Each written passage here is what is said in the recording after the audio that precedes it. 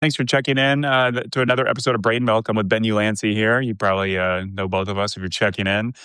How's your 2026 going, though, so far? I'm still a little surreal about the fact that it's a new year. It feels like they keep coming faster. I feel like I just got used to writing 2024 on papers, and now we're 2026. Yeah. But Yeah. I feel pretty optimistic about the new year. I think I feel more optimistic about politics certainly than I did at the same time More last year. optimistic right now? I would say so. Truthfully, I guess there was a feeling before Trump actually took office of, is this going to be as bad as we fear it is? But from February, March onward or so, I think it was pretty easy to feel dismal about the state of affairs. And then, like you said, like come the end of the year, it was starting to feel a bit like he was a lame duck and there was nothing he could do right to turn the situation around. Yeah, but what do you make of all the insanity right now? Are you optimistic that he's being so crazy that Republicans might actually finally do something? There was like Tom Tillis made some big moves today about stonewalling any Fed chair pick that he does while he's doing this, I guess, investigation into Jay Powell. And then maybe Susan Collins and Lisa Murkowski made some statements that they would maybe be on board with that. Do you think that Trump's screwing himself over? He's doing like irreversible harm kind of to his own political capital here?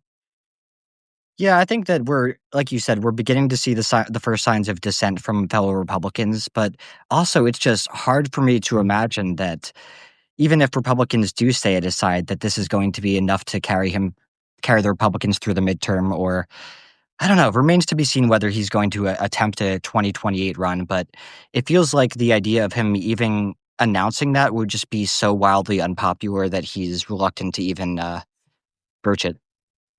Yeah, I don't think he's actually going to do that. I think he's trying to make a lot of just like distractions by saying it and flirting with the idea, and you get dumb like Republicans that just have maybe no career outside of just riding on his coattails and sucking up. Like a lot of dumb MAGA conservatives in the House that are just crazy and like otherwise have no power because.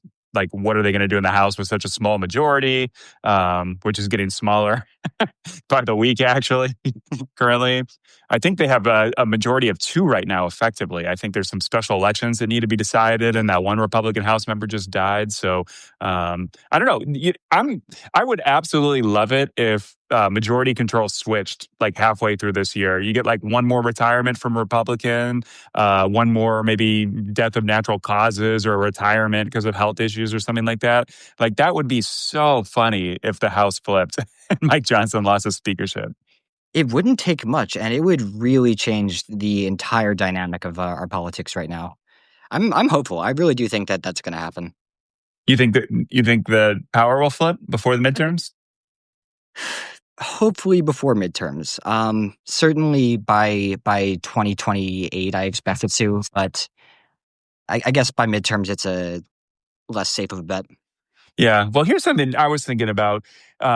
You have Republicans that want to retire, and now you might get the thing where there's a special election that gets a Republican filled, like a seat filled, and then another Republican retiring. And then you also have a bunch of House Republicans that want to run for governor or Senate or other, office.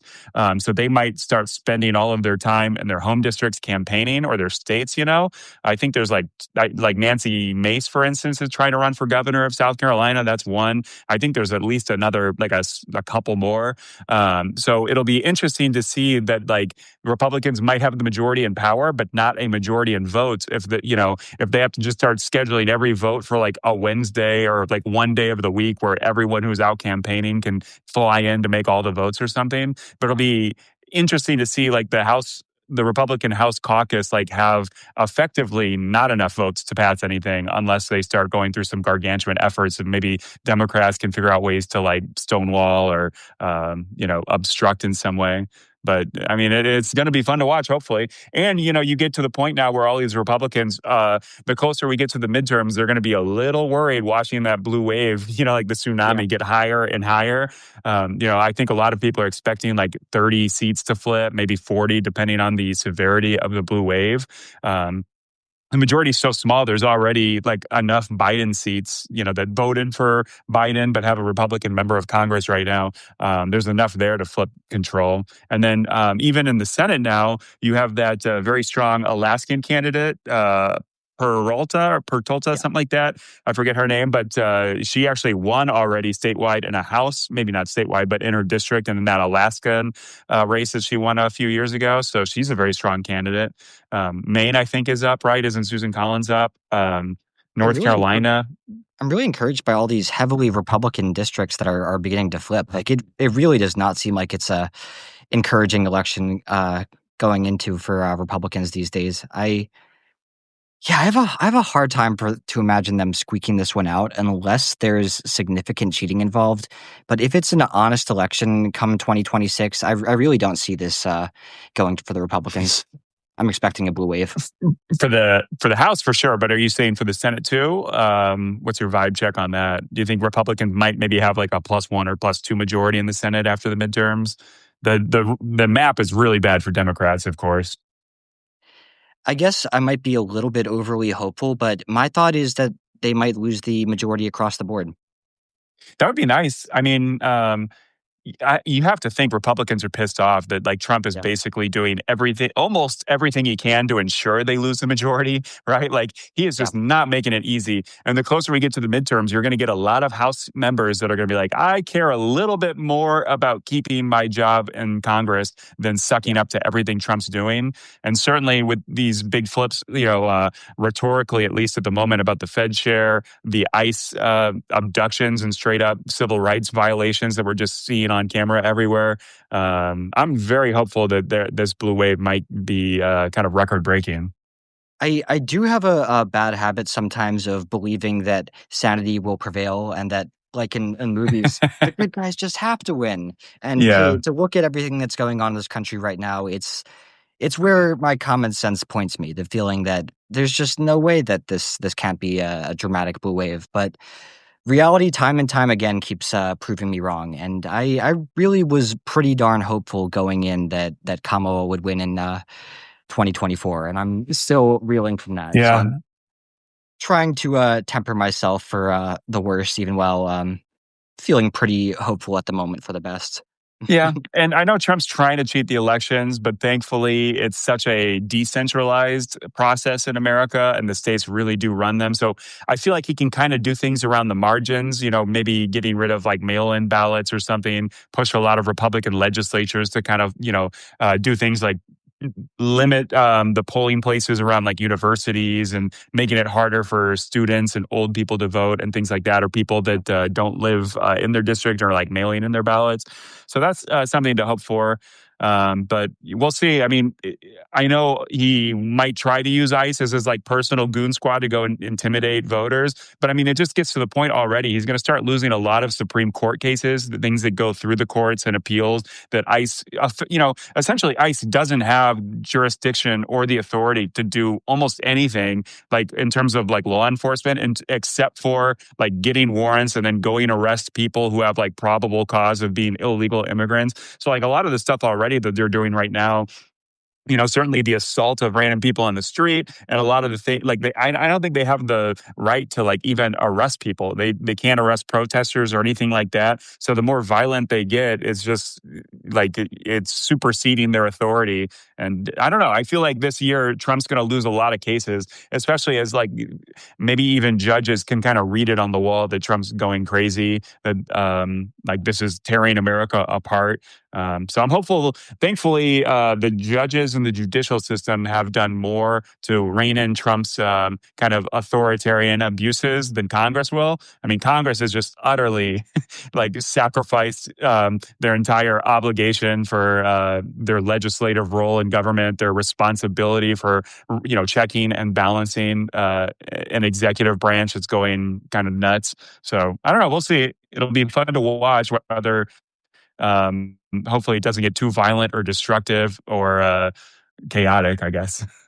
I think you said something to this effect on Substack the other day, but every now and then I just have to take a look back and look as objectively as possible at this situation we're in and the things that Trump says and how he conducts themselves and wonder how any person at all, any Republican, can see these same things and believe that he is a leader or is sane or it feels more and more like they're propping up a just complete and maniacal madman. And Yeah. it's not as though I didn't feel that way in 2020.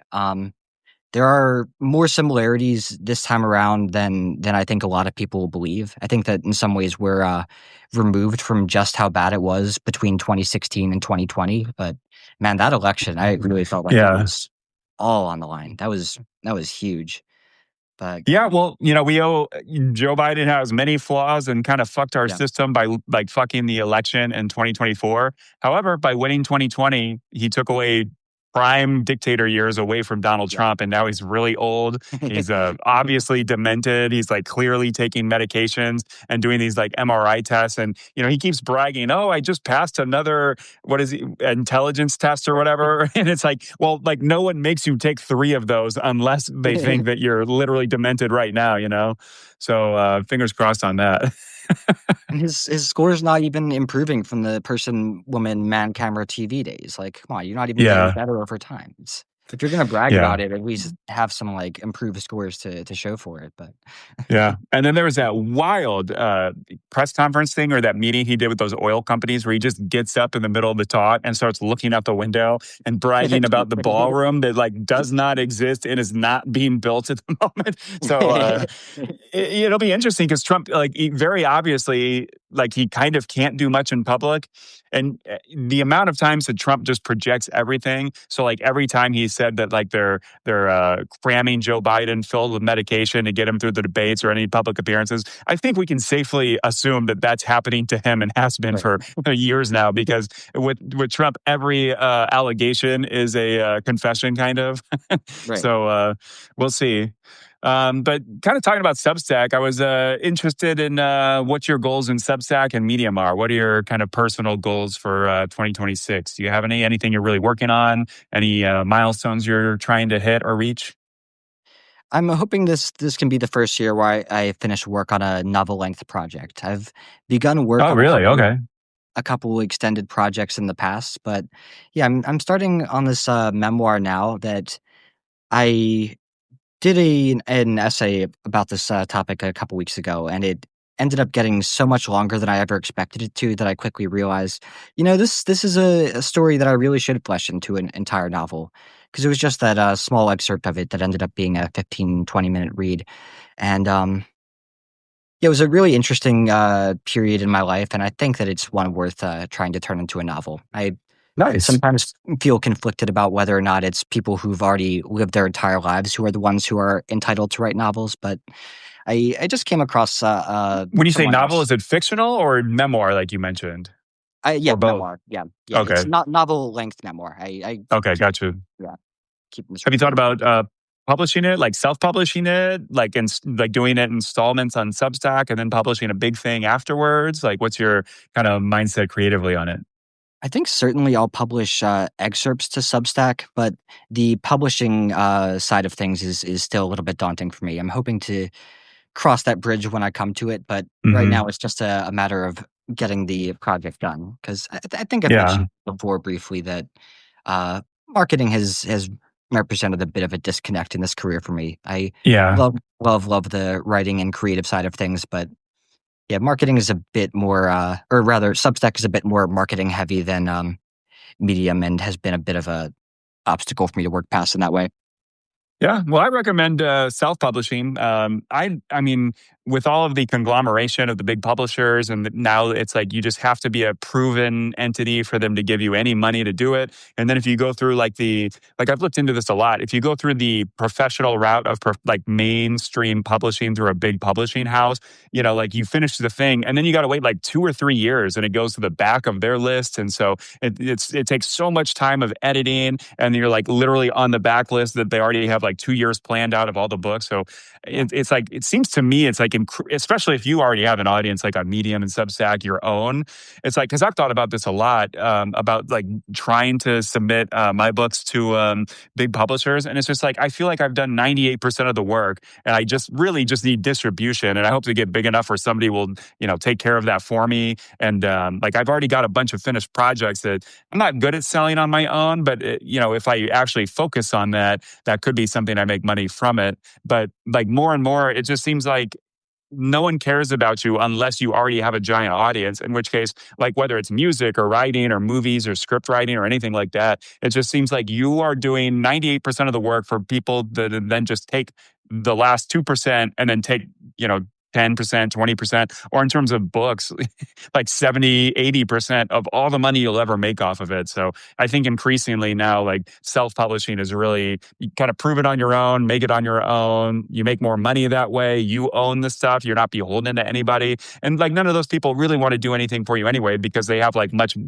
they get like the Justin Bieber memoir or like just giant books that they're going to put all of their resources and attention and focus on. So I don't know, not to dissuade you from doing like the traditional publishing route, but personally, I just think like in this age with everything being so digital and global that like it kind of doesn't make sense anymore, especially if you're already good at getting an audience on your own, which you clearly are.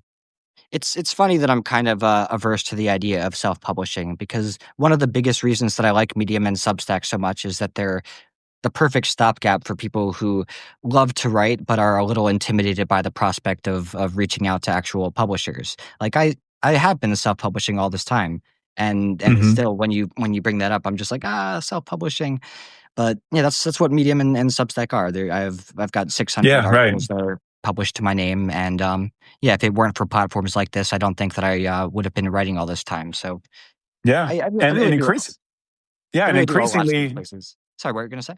Oh, I was just going to say, like, increasingly, you see a lot of people leaving traditional media and Yep. like giant MSNBC hosts and stuff, CNN people all starting their own Substacks. And like, there's a lot of people that do the test cases where I think, what's the guy's name? Jim, something that left from he got fired from CNN because Trump Yep. hated him or whatever. And now he seems to be doing very good on Substack. And it's the kind of thing where you leave the big company, but now you're making like 70% of the money that you were making by yourself, but with like three people helping you instead of a staff of like 20, Right. where you're like technically always losing money in whatever you do because other people do the fuzzy math, to figure out, Mhm. I don't know. But yeah, but I mean, you're doing great.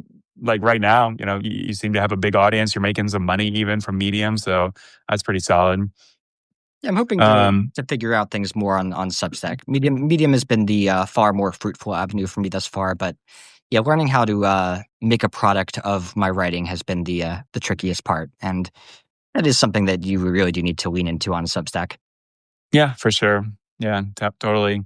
What kind of culture are you listening to or watching? Any movies, TV shows, anything really good that has caught your eye or your attention? Let's see. The first place that my brain goes to is Marty Supreme, mostly just because that was Oh, did you like the that? I haven't seen that yet. mostly just because it was the most recent movie that I've seen in theaters. I mean, it was really really enjoyable, but it didn't particularly have a lot interesting to say about our culture. I think One Battle After Another is a movie that gets credited with being very culturally relevant, but that one too, I felt like copped out in a lot of ways from really saying something meaningful. The movie in the past couple years that has really, really nailed our politics in a way that few other have, I think, is Ari Aster's Eddington, which came out early 2025 and just nails COVID era politics in the most Oh, biting way. I haven't even heard of that. I'll have to check that out. Jeffrey Weiner just said he came in late. Please name yourselves again. Okay. I'm Dash McIntyre. This is Ben Ulansey. I write the Halfway Post and the Halfway Cafe on Substack, and I just troll Trump and the fascists in our government all day long. You want to give a quick bio on yourself, I guess? Yeah, like he just said, I am Ben Ulansey, and I own the Gen Z Report publication, which is a pretty loose smattering of cultural issues and from more or less just whatever I feel like writing on a given day. And it's a lot Oh, of what yeah. keeps writing fun in the Right. press, but also a lot of what makes marketing a product difficult. Yeah. Now I've been on a tear like lately. All week I've been tweeting a bunch about ICE, and I have been going like incredibly viral like every day this week, like millions of impressions every day. And I've actually started getting retweeted by Tom Morello almost daily in the last week. Of Tom Morello of Rage Against the Machine, so I was pretty amped about that. Oh, wow. But I think I got really inspired from all of ICE's obvious civil rights violations and all this incredible fascism that we're seeing that everyone is filming in Minneapolis. And that's been kind of fun. Joyce Carol Oates, the writer, has retweeted me a little bit. So I don't know. I've been pretty amped about that. It's nice to kind of have like a small effect on politics, and especially with my aspect of like Dadaist graffiti news, I call it, where it's kind of just shitting on the fascists. And, I think about that a lot in terms of like the Dadaist movement that came out of World War One, where it's just like absurdity for absurdity's sake. And so I think with Trump being like the number one proliferator of fake news in the entire world, probably, and certainly in American history, I just feel like satirists and comedians have a it's like the third law of motion of Newton, where every action has an equal and opposite reaction. And it's like, well, if Trump is going to nonstop proliferate fake news, I'm just going to give him some right back. So I've been really enjoying that. Do you stay creative during all these fascist times, or does it bum you out? Do you need to take a break more than you used to, or anything? Do you stay engaged? Yeah, just the past few days, I mentioned in my subscriber chat that I've been feeling a little bit burnt out from the politics. I think I do have a couple unique observations that I'm a little bit reluctant to voice because I fear they might get me in hot water. But beyond that, I think so much of what I have to say about politics these past couple weeks is just this is bad, and it doesn't. Yeah. Right? It's like the dog and the flames in in the Exactly. room and the house on fire. It's like, Exactly. this sucks. Yeah. So initially with Venezuela, there were a couple things that I wanted to say that were more or less along those lines, like, oh yes, this is bad and we shouldn't do this for obvious reasons. I think a few days later, I came up with some slightly more interesting observations about how it's very characteristically American thing for a president to do, and that isn't something that I've heard people speak about enough. It doesn't really, or it doesn't in any way justify his actions, but the fact that an American president is just brazenly saying, "Hey, we are going into this country and we are doing it for oil." There's something that Yeah. I Trump doesn't even appreciate. mention democracy. He Yeah, just goes yeah, right to the oil. right, Everyone right, else is right. like, we're Yeah, doing it to stop drugs. We're doing it to save the Venezuelan people. And Trump's is like, yeah. oil, we're going to take the oil. Right, right, right. I appreciate the candor not because it represents something good, but because the optics of it are just so horrendous. Like Yeah. they're not making any, especially after campaigning on being this anti-war president. Right? Just Yeah. go in and Right. say, yeah, we're doing this for oil, and we're gonna sell the oil for money. But even that, it makes no sense because the oil is like heavy. There's not many refineries like that can handle it. It'll take so much time to build the logistics to take that oil out of the ground and then ship it. And then on top of that, it's like, how do you protect those supply chains when you have a potentially disgruntled Venezuelan population that doesn't want Yeah, their country being essentially robbed at gunpoint? And then, Trump is having trouble even getting these oil companies committed because they are super risk adverse. And so, and then on top of that, it's just insane and completely not conservative. It's definitely not free market. It's definitely not freedom and protecting like ideals of democracy, like conservatives have always been talking about. But like on top of it is like to defend all of that logistics, it's obvious yeah. going to take like the military to go do that. So now Trump will be spending taxpayer dollars and like risking American soldiers' lives to protect these profits that'll go to these private oil companies. Slash maybe Trump, like he had some plan that he wants to keep the profits and like offshore accounts or something. Like, okay, yeah, like that's not going to be filled with fraud, both like from the oil companies and all of the Trump henchmen that he gets like doing the deals and facilitating this.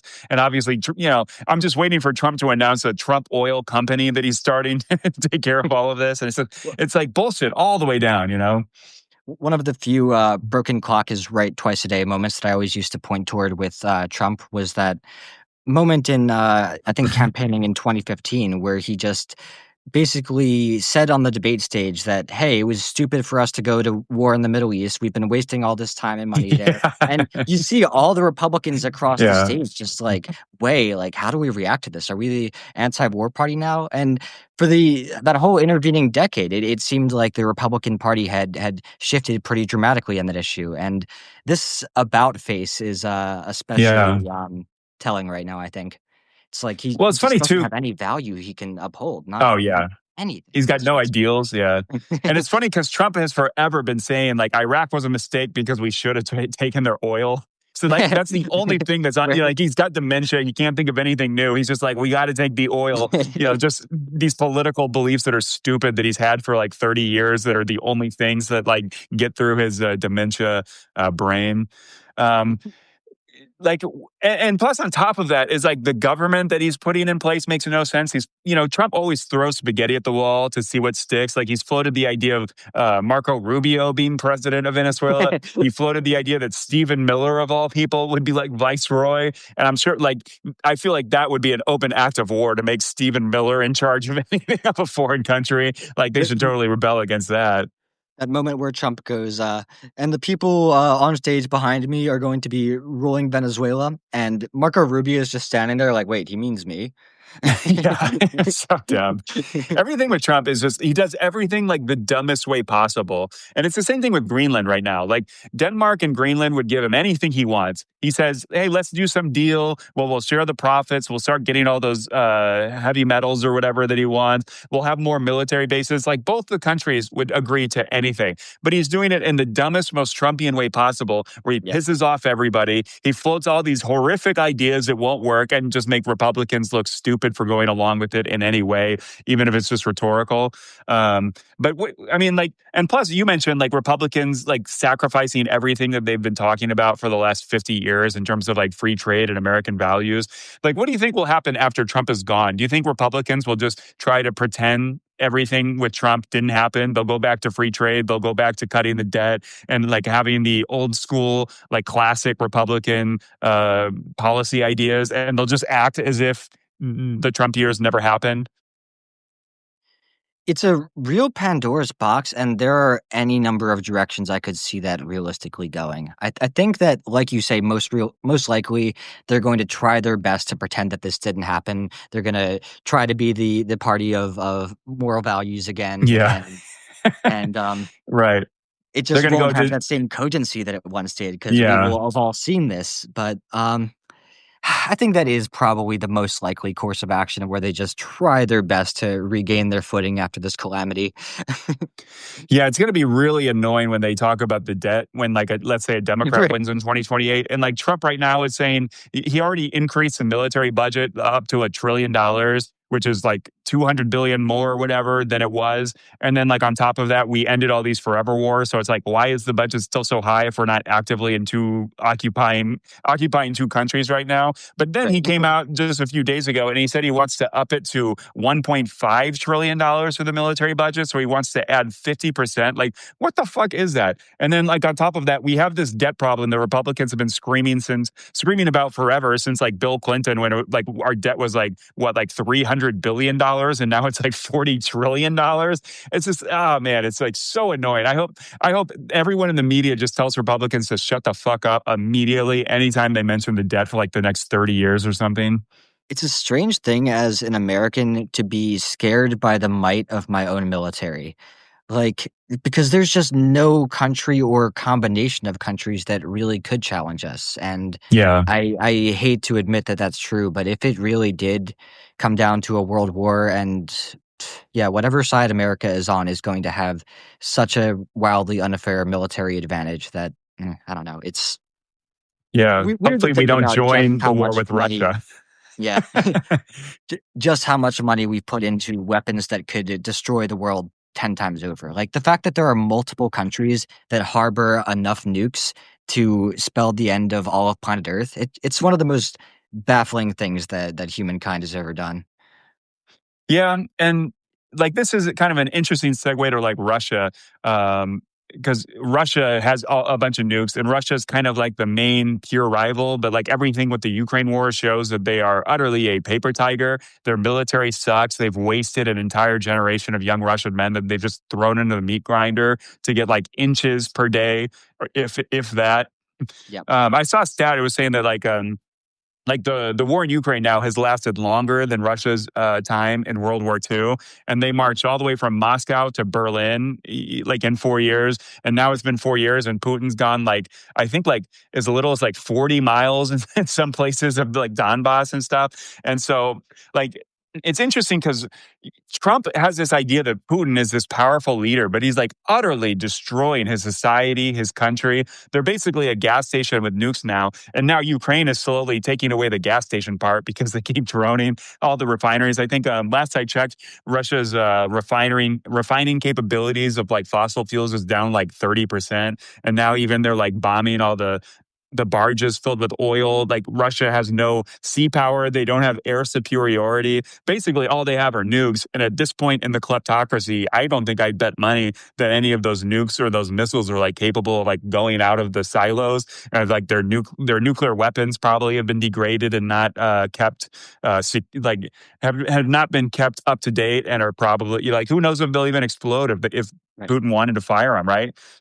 So I don't know. It's like, but it's that weird idea that Trump is so enamored with Putin, but it's really just like the wealth because Trump is trying to recreate what Putin did in Russia with the kleptocracy, where Trump is taking out like cuts of like the chip making companies here. Apparently, he was floating the idea that we might start taking oil companies' profits. So it's like he literally wants to just create an oligarchy where he just gets a cut of like all the economic output in these giant companies that have some kind of geopolitical importance or like capacity to control things. And he's really, I mean, like everything with Trump, he's a poor man's idea of a rich person, a weak man's idea of a strong person. And really, he's like basically copying Russia circa like 1988 when he went there for his like beauty pageants and like was just so enamored with like the obvious like superficial wealth that he saw and stuff like that.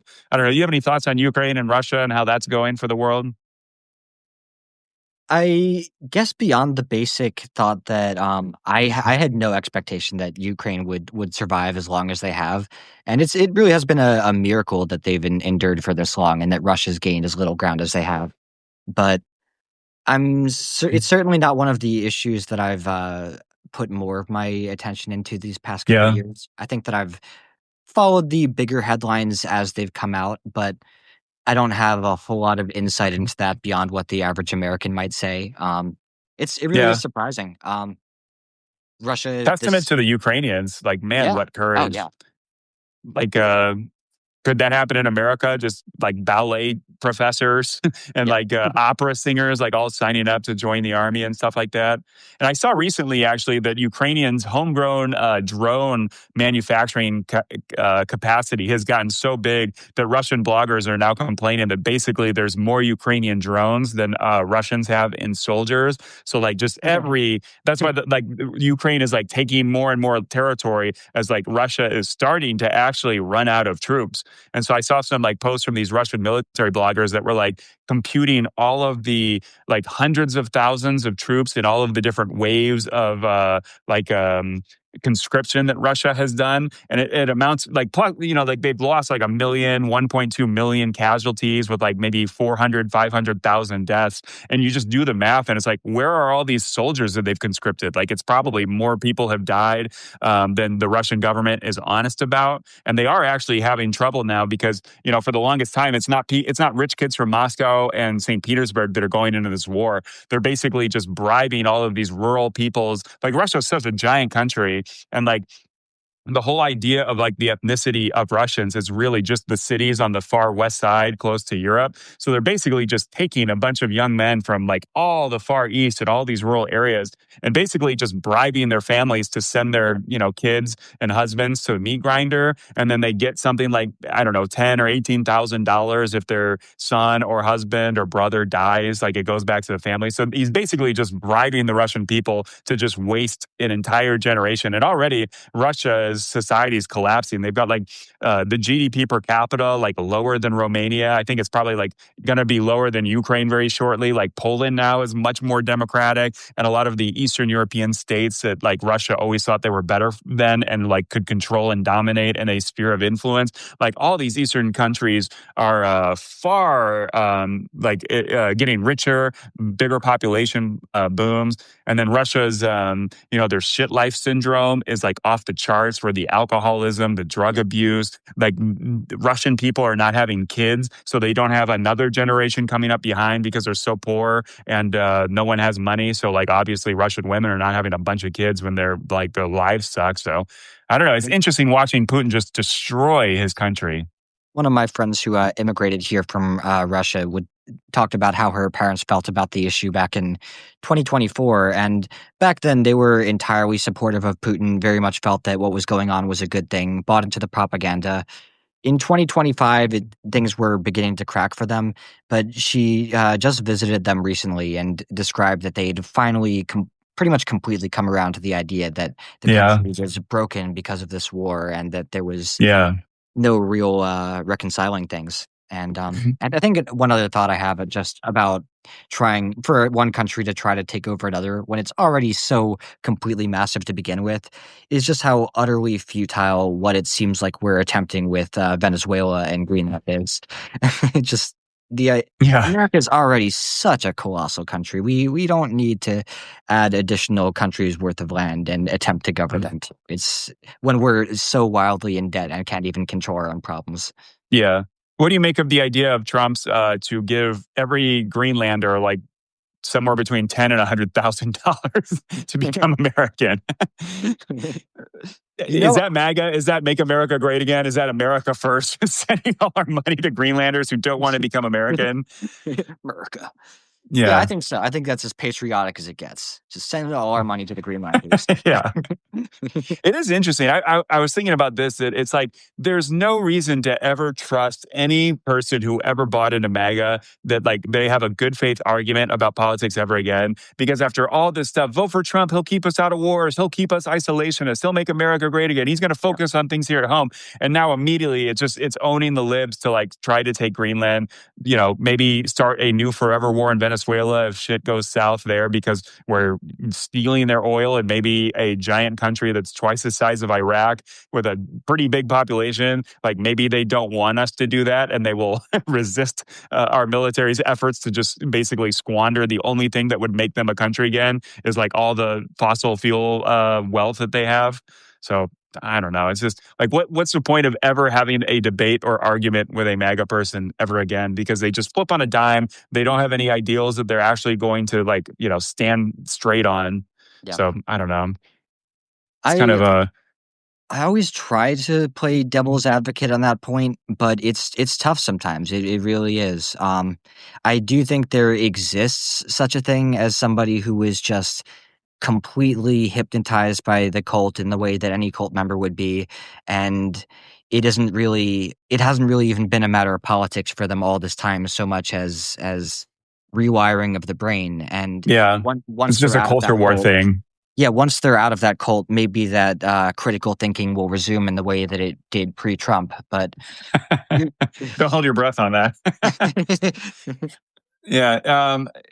Yeah, it's like even like the Second Amendment people, the NRA people, the people that are constantly on the lookout for a tyrannical government trying to like terrorize the people and take away our rights. Like, where are they? Right? Yeah. And like with all this ICE stuff, it's like all those people with the Gadsden flags of "Don't tread on me." It's like, where are you? Where are all the libertarians that hate any kind of government overreach whatsoever? Like, where are those people? Right?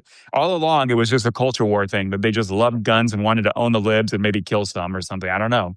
It's just it's kind of pathetic, I guess. All their values just flip on a dime when God Emperor, cult leader, poster boy Trump tells them that, hey, we're against freedom now. We are pro You remember every time Obama did anything with FEMA, they were just constantly saying, "Oh, he's preparing to do he's invading Texas. He's going to start up slavery and enslave all the white people." And now Trump has this ICE personal group because the military won't shoot Americans. I guess now ICE is the top funded law enforcement organization in the entire world. Has more money now than the Marines, the Marine Corps. And it's like, what is Trump going to use that for except to just terrorize and take away the rights of American citizens, Yeah, they really have become the party of, please tread on me. Yeah, tread on me harder, daddy. Yeah. Feed me those boots. Right. Oh, your boots taste so good. If Democrats win big and take back the House, do you think they should impeach Trump right away? Do you think that'd be a waste of money? Do you think that they should get caught trying? Even if Democrats don't take back the Senate, shouldn't they impeach him? Just keep doing that and making a big fuss over the obvious impeachable crimes that he's committing on a daily basis? That's a point that I can pretty strongly see both sides on. I think that on one hand, if we jump right into impeachments, it's the Republicans are going to say, "Oh my God, the Democrats, they just want to impeach Trump right away." Da da da. But I think that if we do jump right into impeachment, then we could potentially just impede any more of the just brazen illegal activities that he's doing if he's focused on fighting an impeachment instead. So I think Yeah. that's the strongest argument for it, that it would just distract him from doing otherwise more nefarious shit. But It'll be nice to have the investigative powers and power of the subpoena with all the committees and stuff, because there is no way Trump is not just stealing all our money right now and all these things. He's obviously committing quid pro quo everywhere with his dumb Trump coin and all these insane deals that make no sense for national security or even the public interest. So but although I was thinking about this, if I was a member of the House and the president is just doing all this brazen stuff, I would want to go down in history as impeaching him for this stuff, right? If they say, "Oh, it's just politics, it's not going to go anywhere, the Senate won't convict him, it'll be a waste of time." But do you want that? You were in Congress when the president was doing all this crazy shit and you didn't try to impeach him? I don't know. I'm kind of on the side of let's impeach him every week. Hold an impeachment vote. I don't know if you have to stop all the efforts of Congress and make the media film everything, but it would be nice if every week you had a new article of impeachment that you subpoenaed a bunch of people for. Brought Pam Bondi, Kristi Noem, Pete Hegseth, everybody up to Congress constantly to testify. I'd be interested in that. Although, I guess then you get into the ramifications of them just not doing anything. Already Trump doesn't go along with subpoenas. He doesn't give documents, right? All the Epstein, Trump signed the bill for the Epstein files to be released by December 19th or whatever. And here we are a month later and we don't have all the Epstein files. So it's clearly he's not going to do it anyway. But I don't know. I feel like Democrats should get caught trying to impeach him and investigate all this stuff. Yeah, and I think that it also does just look bad going into an election to be in the middle of your third or fourth or 10th impeachment trial. So yeah, if I were to hedge my bets there, I think that we should definitely start impeaching if we regain the majority. Yeah, and you can definitely Republicans are going to cry foul no matter what we do anyway. If we right. Yeah, there's no doing right in their eyes. Right. But I think you could also really tar the obvious 2028 candidates like Marco Rubio, J.D. Vance, certainly. There's going to be a lot of stuff that they're going to have to answer for going along with all this insane stuff Trump's doing. What do you make of the 2028 primary? Obvious Ted Cruz is going to run. Rand Paul's kind of clearly considering it. You're going to have Marco Rubio and J.D. Vance for sure. Do you think there'll be real divides in the Republican Party as a post-Trump wing going against a MAGA wing, going against a more let's go back to Christian conservative old school values wing versus a libertarian wing, with Rand Paul? I would say I'm all curiosity and no predictions there. I'm Okay. deeply curious to see how that all unfolds there, because allegedly Trump is running in 2028. The hats exist. He has at least loosely stated on quite a few occasions that he's running, but it hasn't quite been the official way that he did when he announced that he was running for re-election in 2020. So I don't know. is he waiting for the right moment? Is he gonna actually allow JD Vance to run in his wake? I don't know. I'm Yeah. extremely curious to see how that all I don't goes. see. On one hand, I don't think Trump will live the rest of this term. I think like just old age and the dementia. I don't think he finishes this term. I think my bet would be we have President Vance for at least a little bit.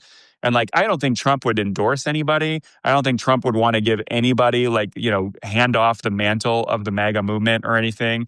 And Trump's so egotistical. Can you imagine Trump just sitting back and watching and not just tweeting all kinds of insane shit and or like demanding all of them embarrass and humiliate themselves by sucking up to him? And like, obviously, if like the midterms go really bad and Trump is just so unpopular and such a lame duck, like the longer they pretend like Trump is still a genius that is worthwhile getting the support of, or prostrating themselves in front of him and like licking his boots like in the campaigns. I just don't think that'll go well for any of the candidates. But how do any of them break, right? Yeah. Like, how do you tell all those MAGA voters that might still be loyal to Trump, like, yeah, your guy's a fucking lunatic and the party needs to move away from him as fast as possible? On a topic that might seem unrelated, have you ever seen that woman who lived to be like 110 years old and she claimed that her secret was drinking Dr. Pepper every day? Yeah. I think that is Trump, but with McDonald's and diet soda. I am Yeah. The convinced salt and that the he's preservatives are just keeping yeah. him biologically alive like a I zombie. there might seem like some moderate downturns in his health, but I'm not unconvinced that he's going to live to be 150. And all the people who are saying, "Oh, Trump's going to die. He's not long for this world." I don't know, man. I'm not counting on him to die before he leaves office. I'm Well, don't hoping get me that he wrong. does. Yeah, well, I hope he lives. I hope he lives to be 150. I want him to have to experience everyone Right. hating him and blaming him for all this stuff, and like all the presidential historians, like all in agreement that he was just belligerently the worst president we've ever had, like just so militantly divisive and just so brazenly stupid. Uh, You Allow know, him to live long enough to understand his own awfulness. yeah. Or like go to prison. Like I hope he lives to 150 but gets arrested in prison and like has to spend many years in prison. We get to see what his hair looks like when he doesn't have so much access to hairspray and like whatever surgical stitching that's going on in that wig of his. Send him off to El Salvador just because. Yeah, there's an idea. Stephen Miller should definitely get sent to some kind of whatever concentration camp is around in 2028 that they do. Stephen Miller should be first in line for. Did you see that Um, clip of him in high school? By the way, oh my god! Did you? Stephen Miller, yeah, yeah. Yeah, Does it it's surprise you at all? on one hand, I feel like we shouldn't be judged by who we were in high school, and there are those clips of me that I wouldn't want to make it public. But god damn, was that consistent and the same Are you talking Stephen about the Miller one week after day. where he's like, why do we pick up our Yeah, trash in yeah, yeah. when we have custodians at school to do it for? Like just like the Right. shittiest person ever. Yeah, like literally he said like the one thing that would change under me, like why are we paying all this money for custodians if we have to throw out our trash? Like Yeah. well, Did you see the clip of him on Jake Tapper? I feel like he should be allowed to go on CNN or any channel anytime he wants, because I feel like every time he's like talking in public, support for the Trump administration goes down because he's just so oh, I unlikable. know. And he does that like weird yelling thing, like he wants to, like, I mean, he's a guy that would have no political career whatsoever if Trump was not in office. Like, no one is going to hire him again for another administration term. He's not going to be um, like some long-standing great statesman that people will go to for presidents for decades will go to get his opinion on. What do you make of though the Machado thing with the Nobel Peace Prize? That apparently she's going to talk to Trump in the White House Thursday, so coming up, and I guess she's going to bring the Nobel Peace Prize to give to him. Can you think of anything more pathetic than him accepting that Peace Prize and then telling people, I have a Nobel, I have a Nobel? When he Right. basically just, he's like blackmailing this woman. And like, I guess maybe if she gives him the Peace Prize, maybe she'll let him or she'll let her take some kind of authority in Venezuela for the like post Maduro transition. But is there anything more pathetic than that of him just taking a woman's Peace Prize and acting like he really deserved it or earned it? Literally stealing a president out of a country and killing hundreds of people in the process just to turn around and say, "See, I got the Nobel Peace Prize." Like, that would be Yeah. unthinkable. Ugh. With the bombing in Nigeria and Iran and all these other, I think it's 8 countries that he's bombed right now, but he's the peace Right. president. What a pathetic man. You know, that's why I think even he knows he's going to die pretty soon and his health's going bad because he's so obsessed about these legacy things like the ballroom and getting all these awards and naming everything he possibly can after himself. Like, that's got to be some consciousness of bad health. That is the one thing. It does seem like he's at a similar phase to Putin and a lot of the previous Russian autocrats who just tried to steal land to cement their empire. But yeah, I don't think that Trump is going to get what he wants out of these Venezuela, Greenland endeavors. It definitely does seem like that's the inspiration behind it, though. Like, why else would Yeah. he want to do that if it weren't just to claim some additional American greatness for himself? I don't know. It is pretty hard to grapple with. Yeah, and going with his health, I have this idea that like I really hope he doesn't just like die all of a sudden, like have a heart attack in his sleep and he's just found dead or something, because like that would kind of make him a martyr in some ways. It's like, oh, we were so close to making America great again if his heart didn't just give out. Like I kind of wish he would have a stroke and just spend like, I don't know, 3 years in a coma or something where he can't really be martyred in the same way, you know, Yeah, and watch his body maybe decay away. Like he's just spending like 3 years shitting himself in a coma or something. yeah. Like that'd Just be kind of appropriate for his legacy. let his death be so undignified that martyrdom is impossible.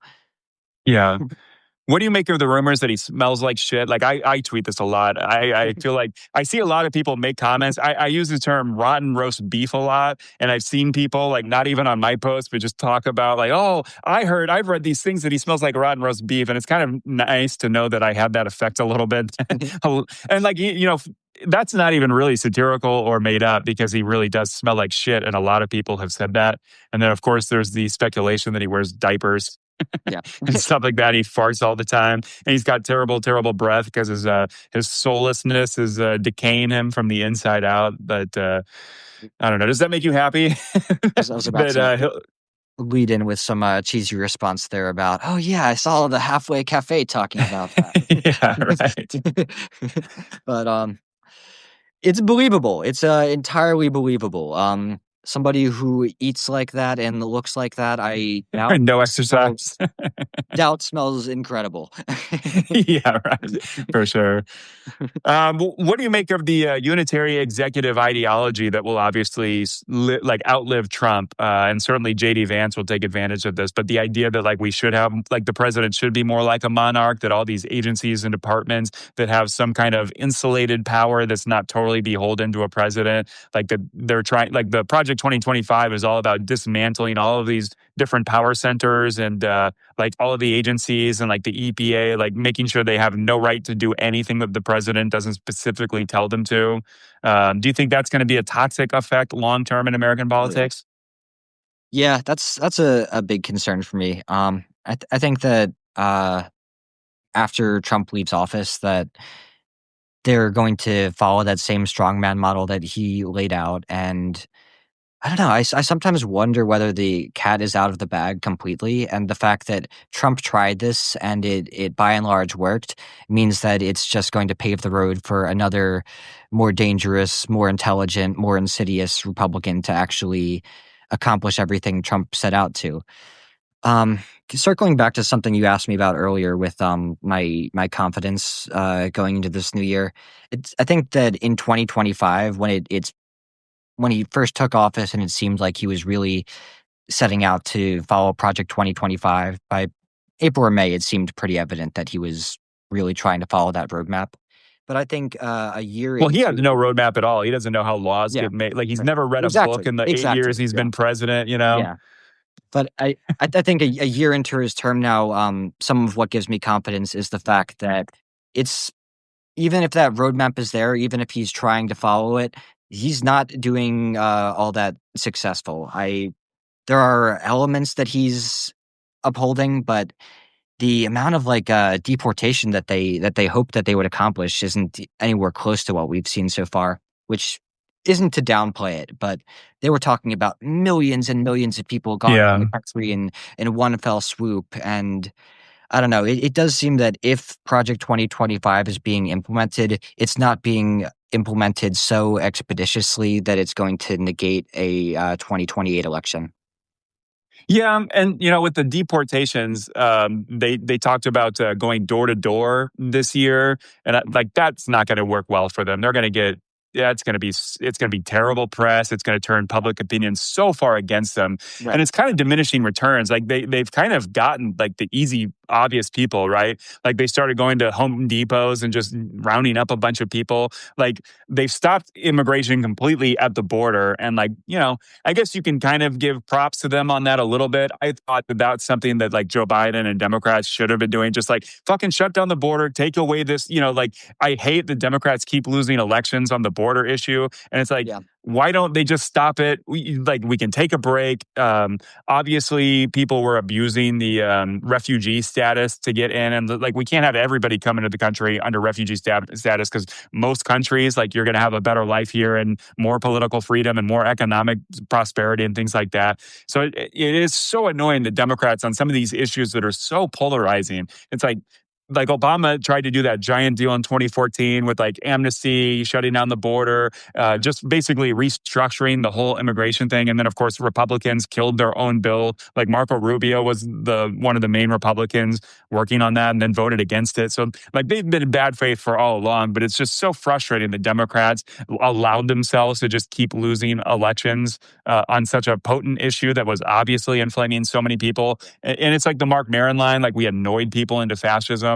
And that's like certainly one issue that like you just get those people in Iowa and Minnesota and rural Montana that are so obsessed with the Mexican border, even though they are not touched by it in any way. Yeah. They just watch Fox News and just see the, it's like even that with like the Fox News, like the caravans that like only become a problem in the 6 months leading up to each election. And then it stops being a problem. And then, every time it's in the midterms or a new election, time to bring up the caravan coverage again. So like that was so fucking annoying. But like, Yeah. so I guess you can kind of give Trump props on that. But because he solved that problem, there's just like not that many immigrants flooding the country anymore. So it's going to be diminishing returns where the amount of money and people and manpower that they're going to have to invest for each immigrant is going to start going higher and higher and higher as it just gets harder to find these immigrants. And they're no longer coming here for work because they don't want to deal with the hassle or being sent to like Somalia or all these countries or whatever that Trump, it's like, I guess you can, it was like all things with Trump. He did it in the worst, most offensive, most dickish way possible. But he is kind of like taking away his main governmental support on this one issue because it's becoming less of an issue. Any feedback on that? I know I just ranted for a little bit, but I had something, but I think it might have just escaped me. What was I was just starting to read one of the comments in there as well. But do I have more to add on that last point? I don't think I think it might have no, also. I mean, Yeah. that's kind of it. I mean, plus now it's like everything he's doing is just going to make them less popular. And so, Yeah. like we were talking about earlier, Republicans are going to they're going to have to start worrying more about saving their seats and protecting the fragile little bitch ego of Trump. So, like, as these things are going on, like if the coverage like we're seeing in Minneapolis is going on in like September and October of 2020, of like later this year, like that is not going to be good for the election. And granted, Republicans and Fox News they're gonna fearmonger over everything. But I guess I was wrong in 2016 and 2024, but I guess I'll say it once again. I have to imagine there's some bottom where America, that like even conservative and Republican voters would be like, this is just way too many bridges too far. I can't go along with this. And whether or not they vote for Democrats, maybe not, but maybe they'll just completely stay home. And then Trump's not even on the ballot, so they're just voting for these Republicans that maybe they don't care about. So I don't know. Going back to what you said a minute ago, it does seem in a lot of ways like we were literally annoyed into fascism. Like people were just like, "Oh my God, but those other guys are so annoying," Yeah. and that was a lot of what inspired many people that I've even met to vote Trump this time around.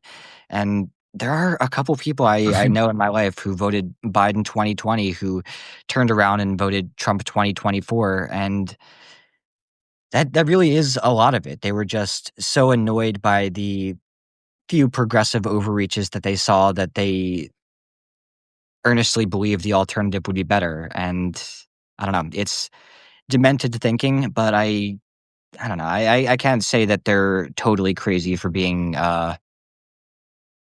I don't know. It is pretty crazy to support Trump over Kamala, given Yeah. everything that we've seen from both of them. But I don't know. And I absolutely hate the idea that you hear from a lot of people, oh, the both parties are the same anyway. Like, Yeah. shut up. Like when people, I actually got in an argument with somebody, it was like a friend of a friend that I didn't even know. So I was just like, shut the fuck up. You have no idea what you're talking about. Like both parties are the same. Like if Trump or Kamala gets elected, the policies will be the exact same. Like, oh, come on. Like I have no patience for that argument anymore. Going forward, though, for let's say Trump dies, JD Vance takes over. Do you think JD Vance will be more sinister, more effective, less competent, less popular? Do you think he doesn't have the cultish skills of Trump, so he'd be ineffective? Would he immediately get sandbagged by other Republicans that want to defeat him in a 2028 race? What are your thoughts on a potential president, JD Vance? I think some of the reason why I'm so reluctant to prophesize sometimes is because a lot of my prior prophecies have been so completely wrong. Like 2024, I really thought we had in the bag, and Yeah.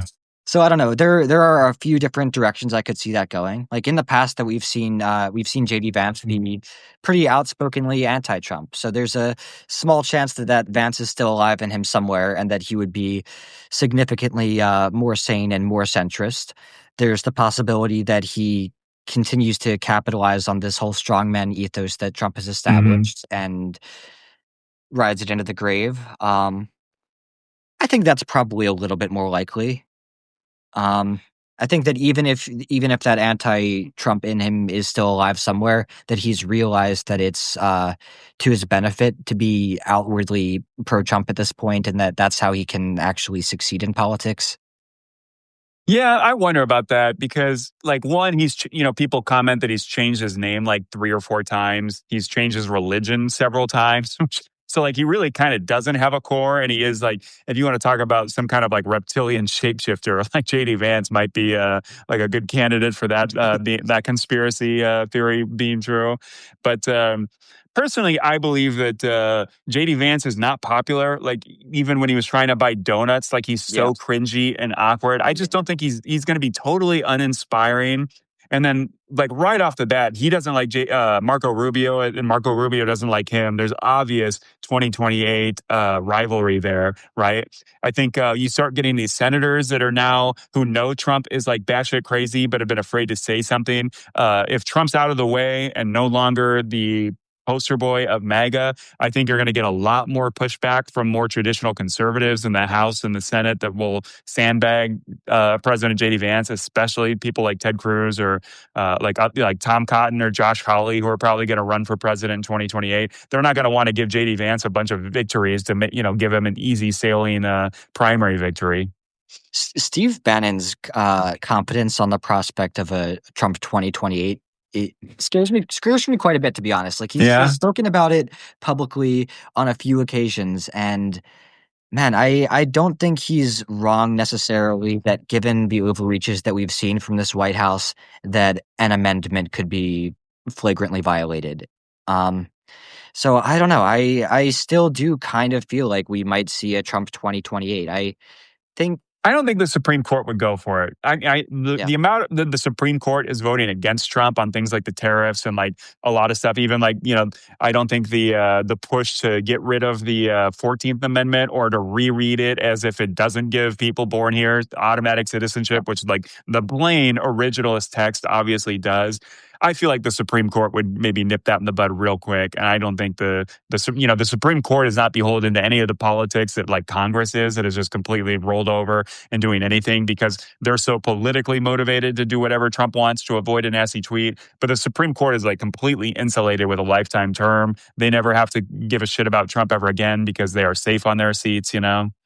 I think that could land us in like a truly, truly autocratic situation where Trump is just completely defying the Supreme Courts. They rule against him and he says, okay, I'm staying in the White House with the military then. Well, I think the military wouldn't go along with him. I think that's the whole thing with ICE getting such a big budget is the military is like, especially the officer corps that like respects the separation and civilian control, the separation of like powers and everything like that. And obviously they all swear and are willing to die for the Constitution. I think that is like a little bit of bravery and courage that like people in Congress certainly don't have. Yeah. But in terms of Steve Bannon, though, I feel like Steve Bannon is just clinging to relevance. I think he just says that shit, and I don't think he's even really talking to Trump very much personally. I think that's just Steve Bannon trying to stay relevant and make headlines for himself because he's also a little bit of a media whore himself. I view him as one of the few people in the White House who is actively intelligent, even if deeply evil and nefarious. Yeah. So I don't know. I'd love to be wrong. I hope that I'm just reading too much into that confidence and that there's no real grounds for them proceeding. But Well, he there even have said been he's running for quite a few president. occasions where I'm like, wait, you can't just do that, and they just kind of just do that. Yeah, that's true. Like, so it's man, I don't know. But I Steve Bannon has mentioned that he's thinking about running for president in 2028. That seems like a post-Trump kind of mindset because he really, mentioned that, I know yeah, that. he said that a couple days ago. I saw that he doesn't have any idea that he would actually win, but he said he would want to enter the race just to push like the narrative or the dialogue or the Huh. discussion of the party. And, I am all for that. I don't think Steve Bannon is a good poster boy for the Republican Party. So I guess I am for, although, maybe I'll eat my words. I was pretty confident in 2016 Trump had no chance as this like extreme outlier dark horse candidate. So uh, hopefully we don't have President Steve Bannon in 2028. Oh on my a God. on a bit of a tangent, I was watching South Park last night, and it was an episode from like 2012 or so. It was all the 2012 Oh yeah. Republican debate candidates on stage, and Rick Santorum, Newt Gingrich, Yeah. and just like a few other figures that I'd like almost forgotten Herman about. Like, Cain. yeah, like what are Herman Cain died during COVID. Yeah. But I wonder. I'm kind of curious what Santorum is up to these days. What's old Newt Gingrich doing in Yeah. 2026? Remember the guy from who who was Scott Walker? That's who it was. What was he like, governor of Wisconsin or something like that? Oh yeah, yeah, Do you yeah. remember him? Like he was the front runner for a while. And in 2014, Rand Paul was the front runner for like a solid like 8 months or something. And it's funny how that works. Like the Republican Party really seems to have the issue of just like the flavor of the month. And then like it doesn't take long before like I feel like if you get high up in the Republican Party, you're just kind of a weird outlier of normal discourse anyway. So a lot of the candidates are they don't go far. They flame out pretty fast. You could tell that the Republican Party was in a real limbo state after Obama. I think, like Yeah. with all those like Republicans on stage and the way that they would each become frontrunners, I think that like told us that we were just waiting for a Trump-like figure to take that title. And once he did, he never ever fell out of favor in the polls again. As soon as he was that frontrunner in 2015, Yeah. there was never any chance that any of the candidates challenging him had. Yeah. Do you think Don Jr. or Eric or Ivanka has any chance to take on the family mantle, or do you think they have any interest doing that? I think so much of this is a cult of personality, and it's just exclusively Donald that has that Yeah, personality I that think I none of probably agree with that. that none of his children are going to be able to recapture that. Like they might be as stupid, as inept, as utterly incapable of ruling, but they're not as just brazen and brash and confident. Yeah.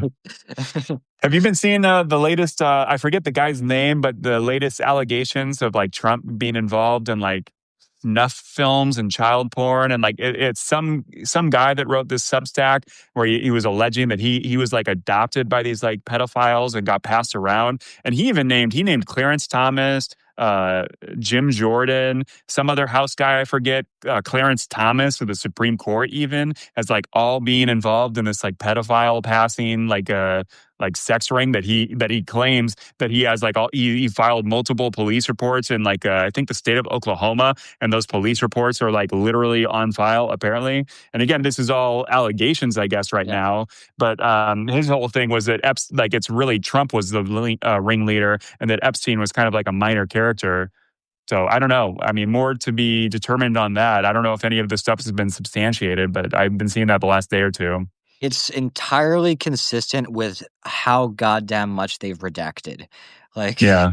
think about it. It's like 99% of it that they still haven't released to the public, and the 1% that they did release was very damning. It was pictures of Trump and evidence of him being on that plane numerous times, and Yeah. I don't know if there's any strategy at all behind the way that the Trump administration has handled the Epstein issue. It is hard for me to grasp because just at every turn, it just feels like they've completely bungled this in the eyes of the public Yeah. and everybody who could possibly care. Right. A lot of these latest allegations seem a little bit too far. There was also that claim like a couple weeks ago that like on Lake Michigan where Trump was like there with like some like throwing a baby that was one of the victims, like had a baby and they threw it overboard or something. That seems a little far fetched to me. And I don't know if there's necessarily like some like giant murderous ring going on. Yeah. But like on the other hand, it's like, you know, I've been thinking about this for a while that like when you look at like Trump having the political aspirations for so many years, right? Like he ran for president in 2000 and what was it, the Reform Party or Libertarian Party or something like that. He wanted to be George H.W. Bush's vice president. Like he without being requested, solicited to become George H.W. Bush's vice president out of nowhere.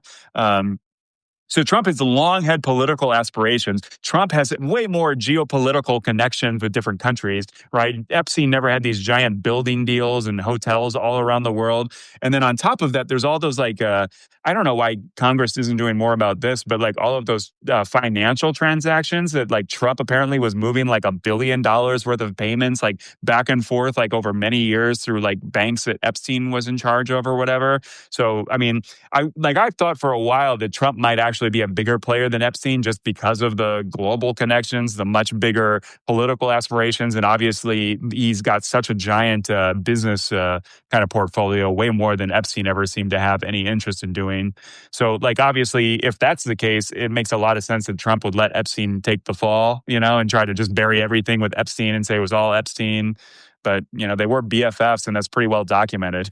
It's not like Trump didn't know. And now there's these allegations that he was sending spa workers for like private visits at Epstein's mansion. And so like you know was he sending girls there for other people beyond Epstein? Like and like even if it was just Epstein, like that's kind of textbook sex trafficking when you're sending young girls who are employed under you as if it's part of their job to this sex freak's house. Yeah. You know that's like literally textbook sex trafficking. So. Yeah, I hadn't heard about a couple of those allegations, but that's really one of the best explanations I've heard for why they would have handled this issue in the way they have. Because honestly, every single aspect of it is just baffling. As Trump has been known in the eyes of his supporters for so long as this pedophile hunter, and yeah, from the first day that the Epstein thing was an issue, it's just mishandling after mishandling after Yeah. omission after there's nothing has gone Right. right. And But if you they're know, it's trying to control this narrative in any way, how they're doing it is just utterly perplexing. Like there are a lot of times yeah, where you can like see a rhyme or reason behind the way that the administration will like feed us one story and get us talking about that so they can do something nefarious behind the scenes, but this is as bad as it gets, and they have just not been able to divert our attention away from it. Yeah, and the weirdest thing though is Steve Bannon is like all up in the emails, and there's all those photos Yeah. of Steve Bannon hanging out with Epstein in his like office or whatever, and Mhm. so like that kind of gives credence of like Steve Bannon obviously is and Donald Trump himself. They're both people that are like flood the zone with shit, accuse all your enemies of doing the stuff you do. So Steve Bannon like for years going on this stuff about the pedophiles and the deep state and the Yeah. Democratic like baby blood drinkers and stuff like that. Like clearly, like once again, is all that just projection? Is every claim and allegation just them admitting that they did it? So they're just trying to tar their enemies as doing the same crimes as them. Like, I Yeah. mean, there's what is it like 3% of the Epstein files have been revealed? Right. Like there's a lot of shit. Yeah, I don't know, man. But yeah, the Substack allegations are and that's on Substack. Like you can read it, and like we'll see if like some of the allegations are proven in terms of like his claims that like he went to the police multiple times and filed reports, and they have like video interviews allegedly. But like I was looking through, I didn't read it all, but some of the details in there are like really fucked up, like really really fucked up. Um, Going on a little bit of a lighter note. I saw this a tweet that I like. Somebody, Adam J. Smith, just some random person I saw on Thread, said, if you're wondering where to hide if a nuke goes off in your area, like kind of because of all the stuff that Trump's doing, he said, hide at the polling place where you voted third party because you refused to vote for the lesser of two evils. And, I kind of like that. Like the people that didn't vote because both sides are the same, or they didn't want to vote for the lesser of two evils, or you get those far leftists that like Democrats will only give them 75% of what they want instead of 100%. So they'll never vote for Hillary or Kamala or anything like that. Like, I hope I hope you enjoy the time in the concentration camps just as much as all the liberals will be there, because you were too good to vote for Kamala or Hillary. So any thoughts on that? Reactions? Yeah, I've had that same frustration with the people in my life who voted either didn't vote or voted Trump for some silly reason like that. Or Jill Stein? Yeah, exactly. Yeah, I know people who didn't vote for Harris Kamala because they weren't pro-Israel enough, and I don't know, shit like that is pretty maddening sometimes. I think Yeah, that Yeah, go ahead. I think I more or less said what I was going to say there. Yeah, it's Okay. frustrating. Going with the Israel thing, I think that's going to be an interesting issue for both parties because, like, Democrats are obviously kind of divided on that with the pro-Israel and then the like, super anti-Zionist kind of left wing of the party that just like hates Israel, and then it gets into a little bit of anti-Semitism on the left as well, and then like on the right you have like the old school anti-Semitism where they're just like basically love Hitler and Nazis and just hate Jews. So it's like a weird kind of horseshoe thing. But do you think? Which side do you think that'll be worse for in terms of dividing? Do you think the Democrats will just like fuck themselves over in the primary and just like make everybody hate every candidate on the issue? Do you think the kind of Ben Shapiro versus like Tucker Carlson / Candace Owens divide in the Republican Party will be a big mess where like, you get people like Candace Owens who has like, I think the biggest podcast in the world. And now she's just blaming everything on Israel and thinks like Israel's trying to kill her and stuff like that. Like, which party do you think will have a worse time with that? Sorry, I spent the first half of that question inwardly laughing at the term "old school anti-Semitism." Yeah. Could you Well, I repeat mean, that, I please? guess like, which primary do you think will be messier? Like with the Republicans, you have the like Marjorie Taylor Greene now not even being MAGA enough, and she's being Yeah. excommunicated. Lauren Boebert was kind of burned by Trump on the Epstein vote, and like Mhm. apparently threatened her. You have this like normie fight with the MAGAs on like Ukraine and Israel and Obamacare, where you get like there's probably like a third of Republicans in the House that like don't want to burn everything down, don't want to end NATO, don't want Russia to like absorb Ukraine. You're getting these like discharge petitions that are going around Mike Johnson. So you're getting some normies that are even managing to pass things with Democratic votes and a small handful of Republicans. You have the obvious racism thing where like Vivek Ramaswamy just stopped all social media. And then Dinesh D'Souza, him, where he's like, where's all this racism against Indians coming from? Why can't believe the Republican Party's calling, saying racist things at me as if like, that hasn't been like the undercurrent of Republican politics for decades, this kind of like extreme white supremacy identity politics that they kind of invented. Big open-ended question there. So run with any of that you would like. Um, I think we're headed toward a major clash in the Republican Party, and I don't know. It's hard for me to imagine a bigger crossroads than the one that we're facing right now. Like between both parties, it feels like we're at a big crossroads as a Democratic Party and as a Republican Party. And maybe we are finally drifting toward a point where this will be a more than two-party system. It's a lofty hope right now, but we really are at a fracture point, it feels like. The Republican Party is torn between this branch of utter extremists for whom people like you say, Marjorie Taylor Greene aren't extreme enough, and Right. people who are fairly moderate and just want things like immigration control and whatnot. And then the Democratic Party, it's a pretty darn similar shift taking place. I think that a lot of the people in this party our demands aren't very extreme, and then there are some people on the more progressive faction of this party who are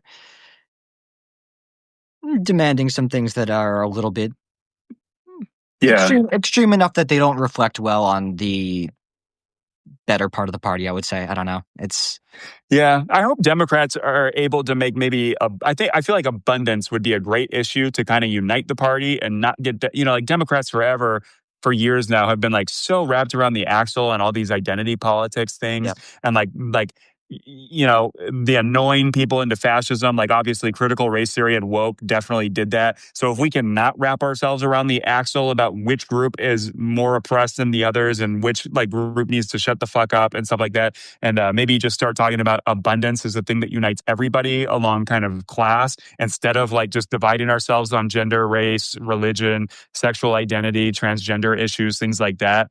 And that's kind of like a one size fits all. Like we want more housing, we want better economic prosperity. Whereas I don't know with the Republicans, like I hope it'll be messier, but like right now, it's like even right now with like the Palestine issue, where like Trump is president and people are still showing up to like Kamala Harris events to like heckle her about Palestine, and it's like she lost the election. She is not in politics. She has no power. Why don't you go protest Trump, who is giving Israel like the like carte blanche to do whatever he wants and doesn't give a fuck about the Palestinians, right? Like Trump, that they are like the last thing he cares about. So like I really hope Democrats don't just like I mean, all it takes is 2% of Democrats voting Jill Stein again, and you get another fascist in power. You know what I mean? So that's depressing, I guess. Hopefully, Republicans have the bigger divides that become a messier primary, I guess is what I'm saying. I also do take a lot of reassurance in just how short term memory the average American voter is. Like, I think that so much of the reason and I've even said this before when talking to you, I think so much of the reason that Trump won in 2024 was just that we were removed from how awful it was when he was initially in power, and we were present with the few advices that emerged from Biden's time in office. And Yeah. right now, with Trump in office, we are utterly steeped in pandemonium, and I think people can really feel it, and that going into the elections ahead, that's going to bode well for us. Do you have any early favorites on the Democratic side for 2028? Any candidates that you think might go the distance or just, have more capital than the others at the moment? Man, I might just lazily say vote blue no matter who. No matter Honestly, who. I haven't given it a lot of thought, and there's not any person I can imagine who wouldn't get my vote at the end of the day. So I really haven't done the research. I like Pete Buttigieg. I think he's a really great person, great speaker. I don't think that America is ready for a gay president. Um, I don't know. I don't know. I feel like we're just getting to the point where anybody who wouldn't vote for well, I mean, I guess I can't say that because we had two qualified, competent women lose. But I think maybe if it's a white male or just maybe male rather than like the white aspect, as long as they're male, they maybe have a chance. Like Obama won, obviously. But like, I just feel like right now we are so like we're so divided in terms of just people who think like like basically they won't admit it, but like white supremacy, like everything JD Vance says about who like America's a heritage country and the Americans are the people who like fought in the Civil War and have been around since then. Like when you get down to it, it's basically just white supremacy and like all the immigrant groups, that have been here that aren't white. That's the problem, and those are the immigrants that shouldn't be here and are deported. But I don't know. I guess I like Pete Buttigieg a lot. I wonder if the gay thing now is just not that big of an issue. And, everyone's watched Modern Family. I would like to think, people are accepting of that, but I don't know. I would recommend maybe Democrats don't try to nominate a third woman at the moment. Maybe that would be a bridge too far of clearly there's a lot of Americans that don't want to vote for a woman, no I matter how think qualified or competent they are. another thought that I have there is that the we've grown pretty cynical of the idea of a woman president because of the two specific elections that women almost became president, and that had Hillary run in 2020 or had Harris run in 2020. I think that they both would have won that election over Trump, given how steeped we were in the issues of the pandemic and Trump's That's an endorsement. interesting counterfactual. Yeah. And I'm not for that sure. same reason, I think that maybe it is possible for Pete Buttigieg to win if we're so steeped in these current issues of America that it would supersede the fact that it needs a gay president. America's not ready for a gay president. Yeah. What are your thoughts on Gavin Newsom? He's obviously, going to run again. He's getting a lot of airtime. At least he's pretty good at getting into the mud with Trump and kind of fighting fire with fire. Think Do you think he's too Californian or something? Too liberal? Too slick? Even though I like him less, I think that I would prefer to see him on the ticket because I believe that he does have a slightly better chance. And like you say, that he is just more capable of getting in the ring and playing dirty in a way that the moment demands. Somebody said they fear the first woman president will be Erica Kirk. I don't know if I agree with that necessarily. Um, I don't know. She hasn't let her husband's death slow her down at all. I'll say that. Like all the memes about all the fireworks and everything, like that's a little weird and suspicious, I would say. Especially because Charlie Kirk is like on record saying like women shouldn't have jobs. I don't think he would approve of like his wife, not being around her kids and taking over the Turning Point organization. But I don't know. Yeah, I don't think she's quite gained enough of the momentum that Kirk established there for her to really enter politics. People seem pretty cynical of her in this role. Even Republicans, I don't think, are totally receptive to her just yet. Yeah, and I would say they're the most sexist in the electorate. Yeah. Is conservatives are a little more on average sexist than the average Democrat. I guess we're coming up on an hour and a half. Anything you want to talk about before we leave? Anything you want to plug for yourself? I think that I've done the little promotion that I'm going to do here. All right. Feel free to give me a subscription if you haven't checked out any of my writing this far, and I would. Yeah. Tell everybody what It's your Substack is?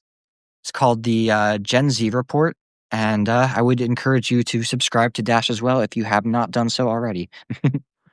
Yeah, and follow me on Threads and Twitter. I'm going viral right now with just relentless mockery of Trump and all the fascists and ICE and his administration. So if you like comedy and laughing at the strongman wannabe dictator who hates anybody laughing at him, subscribe. And I guess I do also need to get a little bit better at the occasional paid subscriber plea. This is a tricky job sometimes, and one of the worst aspects of it is these moments where I need to say that support is helpful, and it's not the most sustainable income if we don't occasionally reach out to people for that support. Yeah, that's true. So if you happen to be able to, if you found any value in this conversation, and yeah, I'll Yeah. I'll end Yeah. my plea there. Well, I'll do a shameless plug too. Subscribe for the Halfway Cafe on Substack because I charge only $2.50, which I think is a fair price. And just buy me a coffee a month for the literally hundreds, if not thousands, of jokes I write on a monthly basis. Like if I have a free day and I'm not working my other job, I will literally spend all day, like 8 hours, a full work day, coming up with tweets making fun of Donald Trump. So check that out. Good to talk to you, Ben, as always. And have a good rest of your week, everybody. Thanks for listening to Brain Milk. Check out Ben Ulansey and Dash McIntyre. Have a good week. See you, everybody. Thank you so much. See you, Ben. Have a great day, guys.